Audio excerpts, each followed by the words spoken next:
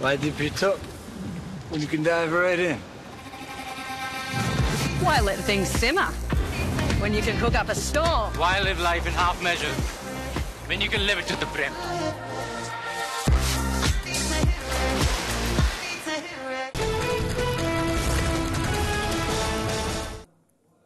नमस्कार, मी सुमित शंकर सावंत आणि तुम्ही पाहताय TV9 मराठी। या बातमीपत्रात 50 महत्त्वाच्या बातम्यांचा आपण वेगवान आढावा घेऊयात।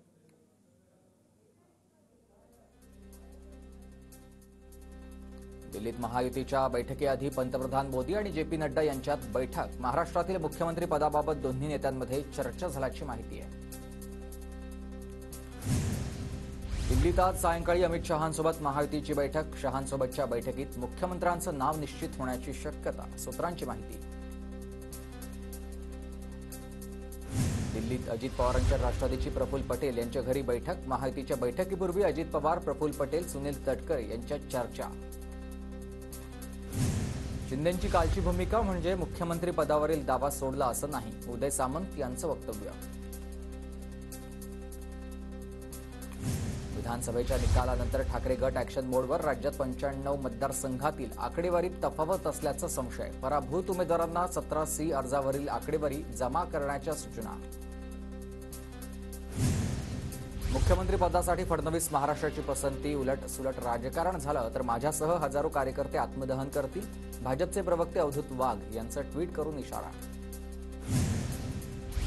माझा लाडका भाऊ म्हणजेच मुख्यमंत्री अशी शिंदेंची इमेज आहे, त्यांचा महायुतीला फायदा झाला। शिंदेच पुन्हा सीएम व्हावेत अशी सर्वांची इच्छा आहे, खासदार धैर्यशील माने यांचं वक्तव्य।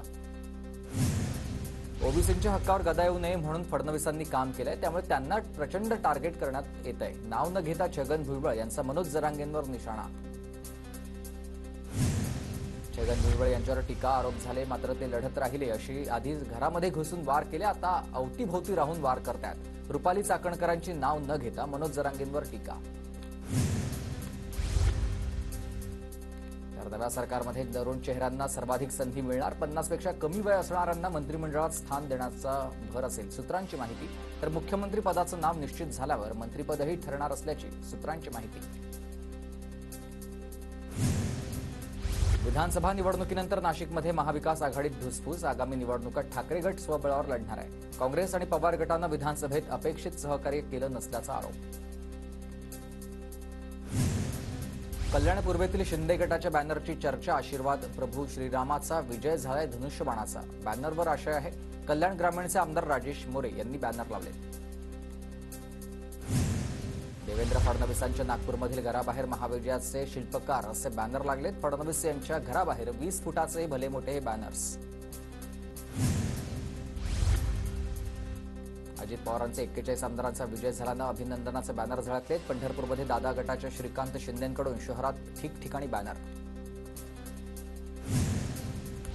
अजितदादा मुख्यमंत्री व्हावेत म्हणून कार्यकर्त्यांची बारामती ते शिर्डी पायीवारी। माजी नगराध्यक्ष बिरजू मांढरे यांच्या वतीनं पायीवारीचं आयोजन। तर दत्ता भरणेंना मंत्रिपद मिळावं म्हणून कार्यकर्त्यांनी देवगिरी बंगल्यावर अजित पवारांची भेट घेतली। भरणेंच्या मंत्रिपदासाठी सोलापूरमधील कार्यकर्त्यांकडून अजित पवारांकडे मागणी।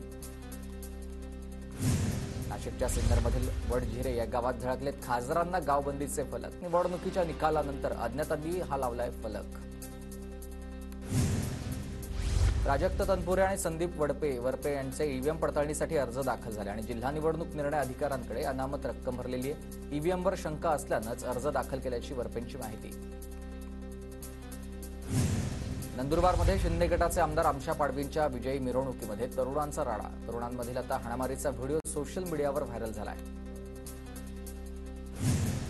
सांगोल्यातील 14 गावातील शेतात पाणी आलं नाही तर राजकीय संन्यास घेईन। सांगोल्यातील चिंतन बैठकीमध्येच शहाजीबापू पाटील यांनी हे वक्तव्य केलं। उल्हासनगरमध्ये पप्पू कलानी यांच्यासह 21 जणांवर गुन्हा दाखल झाला। आमदार कुमार आयलानी यांची पप्पू कलानी यांच्या विरोधामध्ये तक्रार। निवडणुकीच्या दिवशी कलानी यांनी दादागिरी केल्याचा आरोप आहे। सोलापूरमधील बोरामणी या ग्रामपंचायतीवर अजित पवार गटाचा झेंडा। अजित पवार गटाच्या तालुकाध्यक्ष अरुणा राज साळुंखे यांची सरपंचपदी निवड झालेली आहे, तर निवडीनंतर ग्रामस्थांनी जल्लोष केला। संभाजीनगरमधील भराडी निम्न मध्यम प्रकल्पाला स्थगिती. साखळी बंधाऱ्यामध्ये पाणी जमणार नसल्याचा मेरीचा अहवाल आहे. सत्तारांनी मंजूर केलेल्या 534 कोटींच्या प्रकल्पाला औरंगाबाद खंडपीठाकडून स्थगिती. स्थानिक स्वराज्य संस्थांचा निर्णय पुढच्या वर्षी 22 जानेवारीला सर्वोच्च न्यायालयात होणार सुनावणी. प्रलंबित याचिकांवर सुनावणी घेण्याच्या मागणीनंतर सुप्रीम कोर्टाकडून नवी तारीख. बेस्ट कर्मचाऱ्यांना अखेर दिवाळीचा बोनस मिळाला आहे. आचारसंहिता संपल्यानं आता 27,000 कर्मचाऱ्यांना रखडलेला बोनस मिळाला. धुळे जिल्ह्यातील शिक्षकांचे सप्टेंबर आणि ऑक्टोबर महिन्याचं वेतन रखडलं. शिक्षकांनी रखडलेल्या वेतनाच्या मागणीचं निवेदन शिक्षणाधिकाऱ्यांना दिलेलं आहे. सोलापूर जिल्हा मध्यवर्ती बँक अनियमित कर्जवाटप प्रकरण. तत्कालीन संचालक मंडळाला मोठा धक्का. बँकेच्या कर्जवाटपामध्ये अनियमितता झाल्याचा आरोप आहे. मराठवाड्यामध्ये 3 महिन्यात 180 शेतकऱ्यांच्या आत्महत्या. शेतमालाला कमी भाव आणि नापिकीमुळे शेतकऱ्यांची आत्महत्या. कर्जबाजारीपणामुळे शेतकऱ्यांच्या आत्महत्या वाढल्यात. लातूरच्या अडत बाजारामध्ये भाव नसल्यानं सोयाबीनची आवक घटली. बाजारात सोयाबीनला सध्या 4,100 रुपयांचा दर. अमरावतीच्या कृषी उत्पन्न बाजार समितीमध्ये सोयाबीनची आवक वाढली आहे. बाजारामध्ये दररोज 10 ते 12,000 क्विंटल सोयाबीनची आवक. सोयाबीनला 4,200 पर्यंतचा भाव. सोयाबीन खरेदी केंद्रात 12 एकर आता ओलावाऐवजी आता 15% बाबतचा आज सुधारित नियम लागू करा अशी कृषी उत्पन्न बाजार समितीमध्ये संचालक गुदेकर यांनी मागणी केलेली आहे. धाराशिव जिल्ह्यामध्ये 84% रब्बीची पेरणी. पाऊस जास्त झाल्यानं पेरण्या लांबल्या आहेत, तर हरभरा पिकावर अळीचा प्रादुर्भाव निर्माण झाला.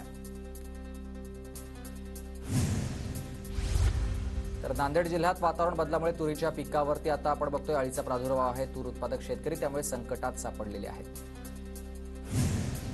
विधानसभा निवडणूक संपताच राज्यात ऊस गळीत हंगाम सुरू झालाय. कारखानदार निवडणुकीमध्ये व्यस्त असल्यानं 15 ते 20 दिवसांपासून ऊस गळीत हंगाम होता बंद. वाशिमच्या तामसाळा गावातील प्रधानमंत्री जलस्वराज्य प्रकल्प योजना बंद. पाणी पुरवठा बंद झाल्यानं संतप्त महिलांनी गाठली जिल्हा परिषद. पाणी प्रश्न सोडवण्याची मागणी. नाशिक शहरात 2 दिवस पाणीपुरवठा बंद राहणार आहे. पाणीपुरवठा करणाऱ्या जलवाहिन्यांचं आता दुरुस्तीचं काम असल्यानंच शनिवारी संपूर्ण दिवसभर तर रविवारी कमी दाबानं पाणीपुरवठा होईल. जालन्यात शेतकऱ्यांचं महावितरण कार्यालयासमोर जागरण गोंधळ आंदोलन. 15 दिवसांपासून लाईट नसल्यानं शेतकरी बांधव आक्रमक झाले. आळंदीत संत ज्ञानेश्वर महाराजांचा 728वा संजीवन समाधी सोहळा. इंद्रायणी घाटावर वारकऱ्यांची मांदियाळी. ज्ञानेश्वर माऊलींच्या अभंगात अनेक वारकरी दंग. ज्ञानेश्वर माऊलींच्या संजीवन समाधी सोहळ्यात गायिका कोमल शेलार यांनी अभंग सादर केला. पवित्र इंद्रायणी नदीमध्ये स्नान करून माऊलींचं दर्शन करण्यासाठी इंद्रायणी काठी वारकऱ्यांची गर्दी. इंद्रायणीमध्ये कोणताही अनुचित प्रकार घडू नये यासाठी एनडीआरएफची टीम तैनात आहे. इंडिगोची छत्रपती संभाजीनगर ते अहमदाबाद विमानसेवा बंद होणार आहे. 30 नोव्हेंबरला शेवटचं उड्डाण झाल्यानंतर 1 डिसेंबरपासून सेवा बंद होईल.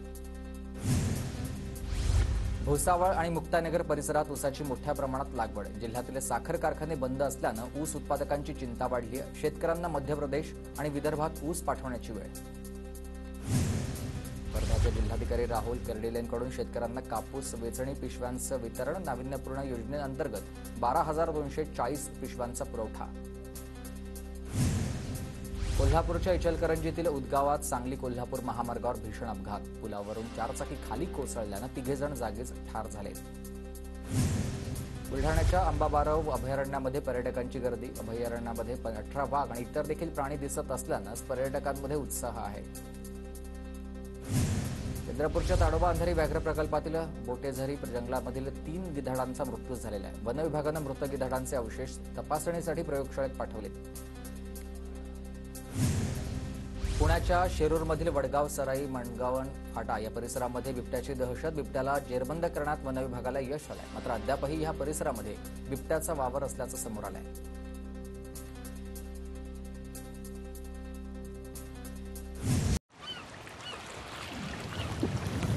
Why deep you took when you can dive right in? Why let things simmer when you can cook up a storm? Why live life in half measure when you can live it to the brim?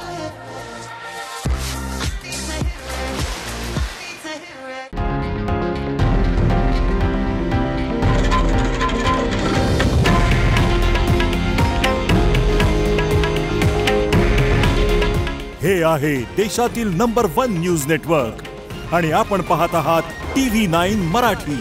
काळजी तुमची, हित महाराष्ट्राचं.